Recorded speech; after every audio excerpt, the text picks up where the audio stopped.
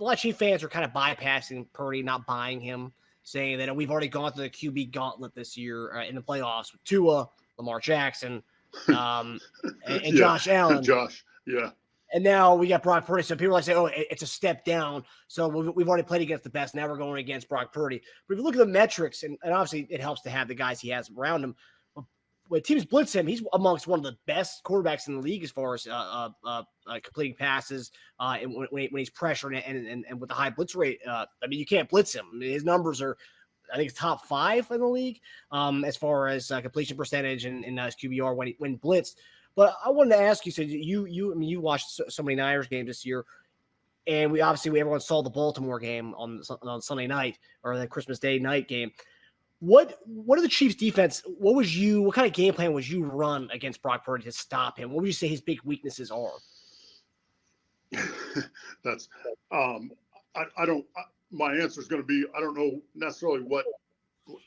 If I thought about it, yes, I would figure that out. But in my head, I'm thinking that Spagnuolo is going to blitz him. I mean, that's just. Oh yeah. You're going to play 8 guys in the box and say, Christian, you're not going to beat us, and Brock, you're going to have to beat us, and we're going to come after you. That's my guess as to how he's going to play it. I think that what I said earlier about Brock is his knowing how to play the position, how to distribute the ball, and his accuracy, all come into play and lead to, Marcus, what you said of his ranking and his his completion percentage. Yeah. Mm-hmm. Yeah, I think with Spags, the thing is, like you said, he brings a lot of blitzes, and I think he's very dangerous at. One thing I do know for a fact is the teams that have played Purdy in obviously in the playoffs. When you're thinking about it, the Chiefs are significantly better at corner. I think even at linebacker than Green Bay and Detroit. Yeah. So our thing is, because we lost Charles Omenihu, he's not going to be able to play, which is right. Huge. That's a huge blow for us. Yeah. Yeah. Because now, we was looking for that matchup for Trent. I mean, nobody's going to be able to just kill Trent, but you still want to be able to generate pressure, right? And so that takes away a little bit of the element, but hopefully we'll have somebody, and I think we got some young guys that Spags can get a little creative on doing to bring some pressure from different areas, different places. Yeah. And I would say, losing that pass rush, losing that edge rusher, it's just that's just, to me, meaning more blitzes. Yeah. And different ways of bringing 4 or 5. That's right. I'm gonna be completely honest. I wasn't really sold on Purdy as much, because then when you would see, them having great games, blowing teams out, then all of a sudden you would have like the interceptions, like the multiple interceptions during the game.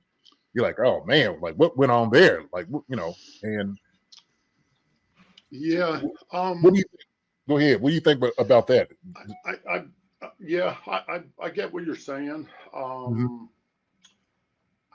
think part of that, a piece of what I said about the anticipation, he doesn't have a big arm, so he has to anticipate. He has confidence in that anticipation, that reading ability of the defense. So if somebody gets bumped off the route a little bit, or somebody slips at the last second, those interceptions can happen. I'm always been a believer that, and I would love to ask some coach sometime, guy throws interceptions, like, hey, was that a game plan play, or is that a basic play? Like, is that a core play in the offense? I always think that game plan plays, a lot of times, if it doesn't work out, if it's not the exact defense the play was planned for, Mm-hmm. a lot of times things can go wrong because in your mind, you expect that guy to be open because that's what we practiced, and we practiced against that defense that it was designed for, and then you force it in. Yeah. Mm-hmm. And it gets intercepted. So, but I think in his case, you know, I would say the interceptions that have happened, where situations like that, where he's anticipating something and guy slips, maybe guy gets bumped a little bit, maybe he gets held up, whatever it is, that then the timing is affected. Okay. Yeah. I know Marcus probably has some question to ask you. I want to ask you this. And you know how we have conversations, different guys all the time about different players. And do you feel like his year that he had was MVP worthy? And the reason I say that is I look at all the people that surrounded him, right? Mm-hmm. And obviously, you know, Christian McCaffrey he's a talent in himself. Like there's rare talent of guys with him. Same thing with a Deebo Samuels, you know, Ayuk, and then you have a Jennings, then you have a Kittles, right? Yeah. And I think with guys, and I had a conversation with a guy earlier that I used to play with, and he was talking about how he just didn't feel like Brock Purdy was worthy of like the MVP conversation because of the guys that he had around him. You know, and to be honest, like in myself, I could kind of see that because, you know, I've always looked at the level of difficulty that you have, right? You know, it's almost like when you're looking at the somebody getting on the pommel horse, you know, a gymnast, right? Jumping off. What's going to be the level of difficulty that you're actually able to achieve things? Right. What do you think? I mean, I can understand the argument of your former teammate as well. I think he has a good team surrounding him. Mm-hmm. But I mean, I definitely think he deserves to be, and I think he's out of the race if I understood it correct. I mean, he was eliminated a few days ago. I think he deserved to be in the conversation, no question. But I think, you know, what you're saying is, you know, now are you at that level of Patrick where you're making people around you better? Right. You know, I mean, Christian for sure needs to be in that conversation, and very well could be the guy. You know, it's almost like, and actually somebody said it to me, do you think, not knowing what I just said about that Brock's technically out of the conversation, I think, or out of the running, if I understand it correctly. But somebody said to me after the game on Sunday, should he be back in the conversation? I was like, well, after that performance, hell yeah. Right. Yeah. Mm-hmm. So I understand both sides.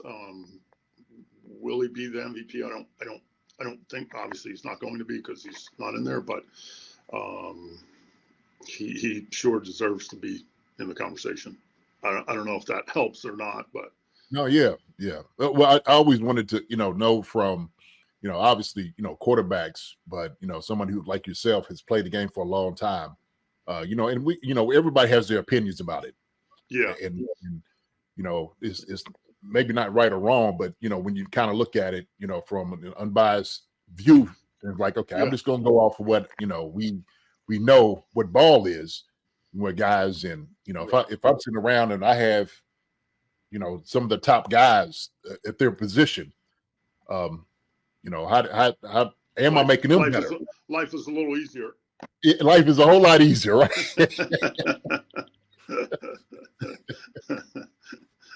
Absolutely. The one thing about Purdy, which is interesting, it's like I know that everyone tries to knock him. I think there's the whole thing about being the game manager or whatnot this week, where it's kind of the thing everyone's been saying about him. But his hand size, saying he can't throw in the rain because he's got small hands and stuff.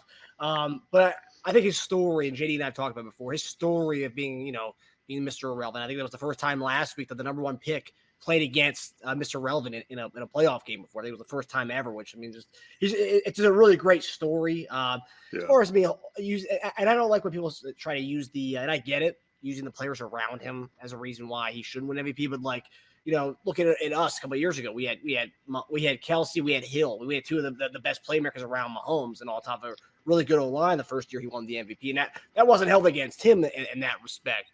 Obviously, he's got Deebo, he's got CMC, he's got a lot of guys, a good plethora. What did you think about his kind of analysis on Brock Purdy? No, I think the question I was asking him, what he kind of thought of it. I mean, he's doing a good, deep dive into looking at him and what he sees, and and Purdy does have talent. Brock Purdy does have some talent to him.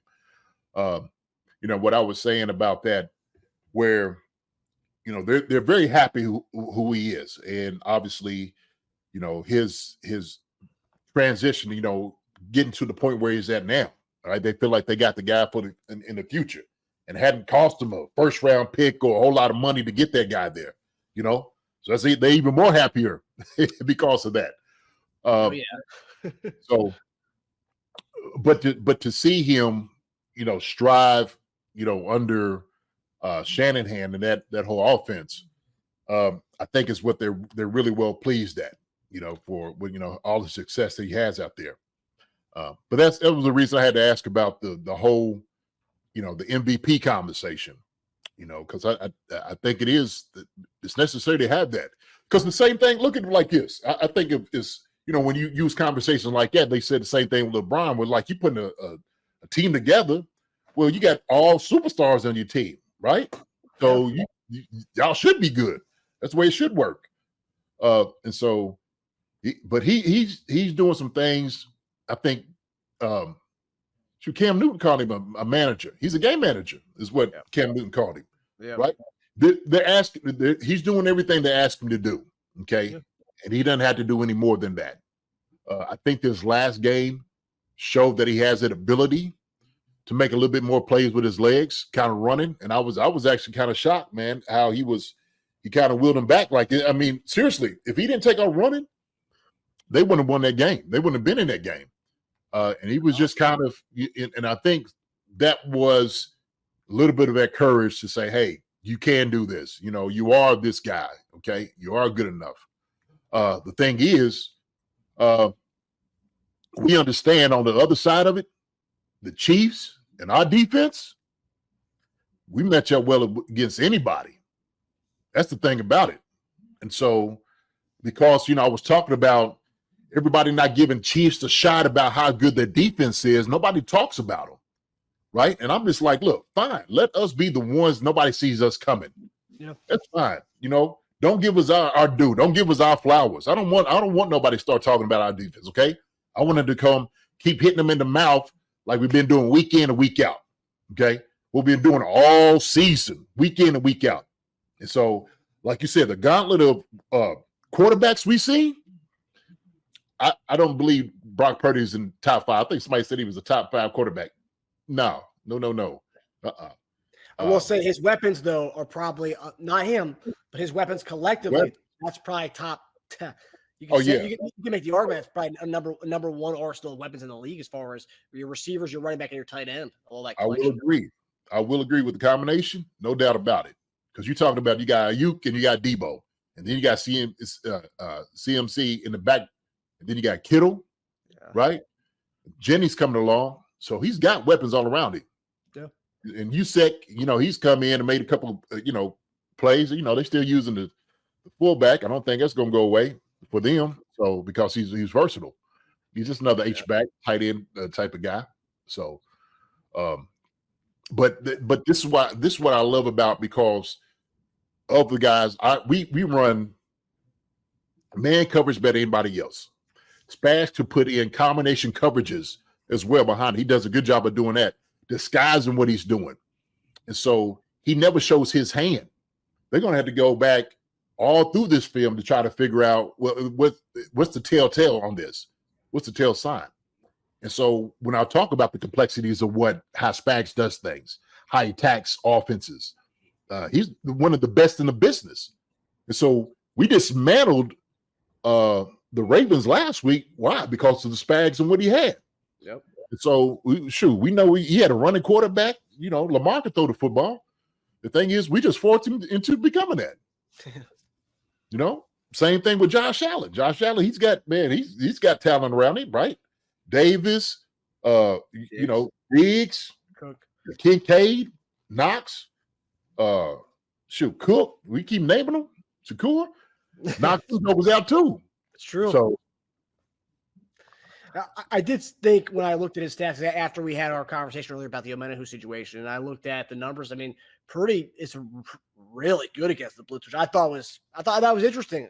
That you know, because you don't usually think of a guy like that, because usually even the top pick guys aren't good against the blitz. We're talking about Mr. Irrelevant, and I guess at what point do we stop looking at him as Mr. Irrelevant and you look at him as a premier quarterback in the league? I'm not gonna say he's top 5, but he's a premier quarterback.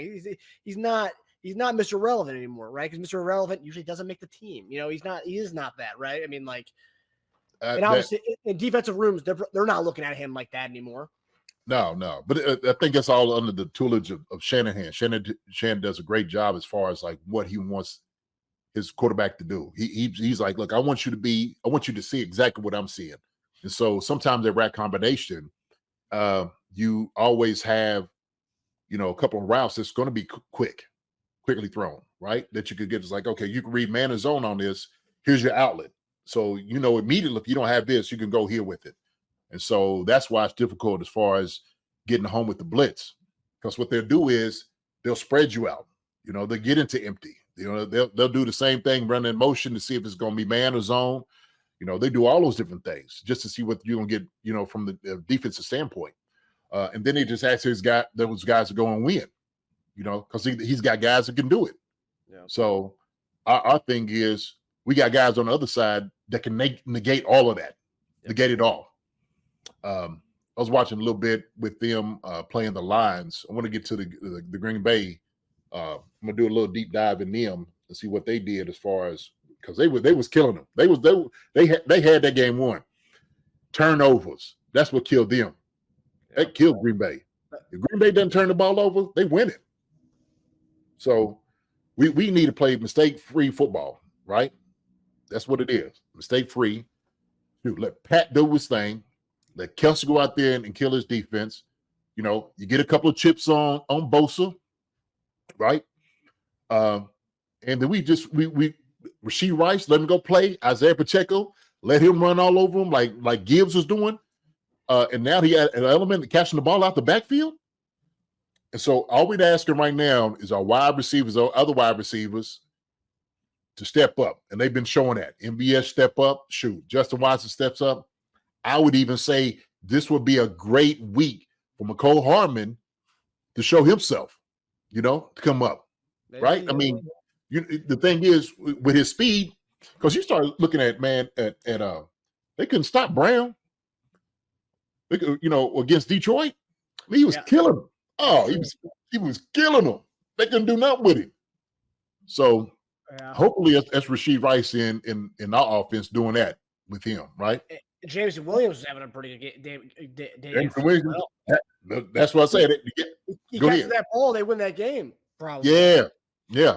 And that's taking the top off the defense. That's what you got to make them cover the entire field. You got to make them cover the entire field.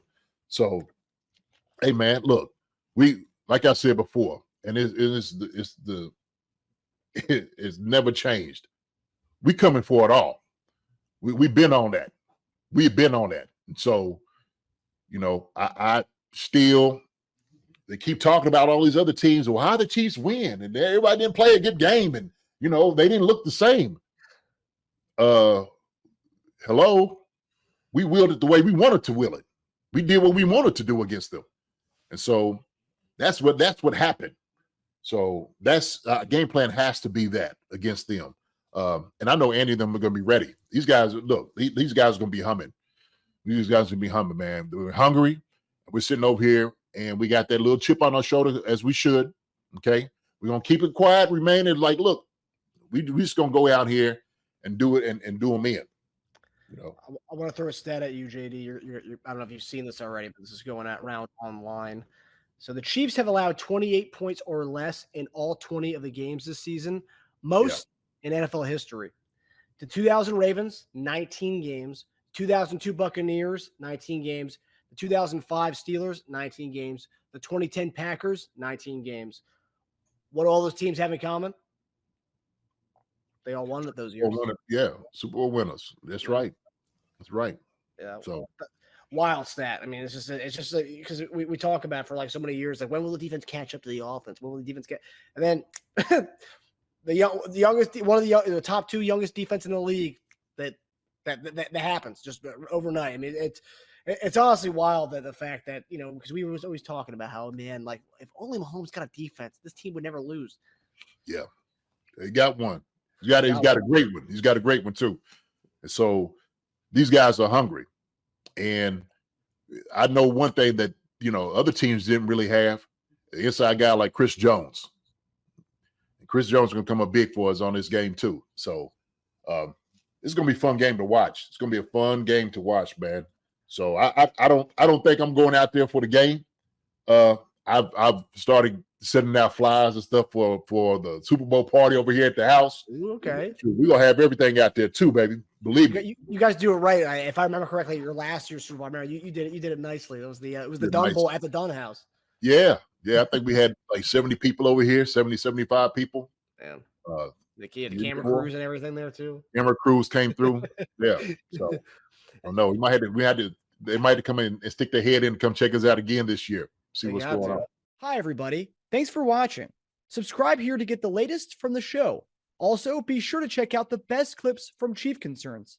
And if you prefer to listen to the show, subscribe and follow us on Apple Podcasts, Spotify, and anywhere else you get your podcasts.